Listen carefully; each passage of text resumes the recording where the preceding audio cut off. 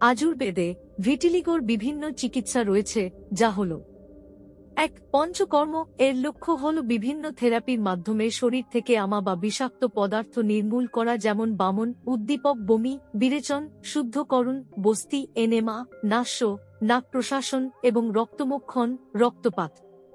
এই থেরাপিটি প্রদাহ কমিয়ে শরীর পরিষ্কার করে এবং দোষের ভারসাম্য, পিত্ত এবং বাত উভয়ই দ্বারা ভিটিলিগো চিত্র চিকিৎসা করতে সহায়তা করে।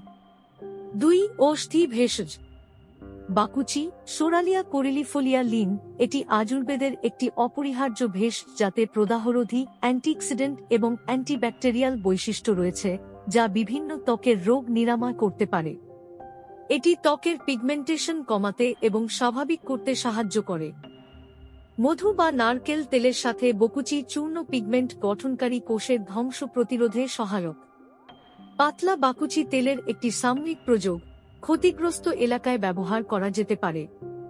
মঞ্জিস্তা পাউডার। এটি এমন একটি ভেষজ যা বাহ্যিকভাবে ব্যবহার করলে পিগমেন্টেশন বাড়াতে সাহায্য করতে পারে।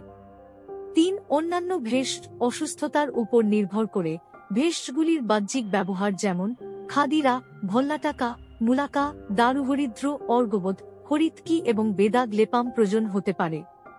প্রথাগত আযুর্বেদিক ফর্মুলেশনগুলি সাধারণত ভিটিলিগোর চিকিৎসার জন্য ব্যবহৃত হয়, যেমন পঞ্চানন তৈলা তেল, বাকুচি তৈলা তেল, মহাতিক্ত ঘৃত ঘি, আরোগ্যবর্ধিনী বটি ট্যাবলেট এবং তুভারকাদি তাইলা তেল। দ্রষ্টব্য: সফেদ দাগ হিন্দি সামগ্রীতে।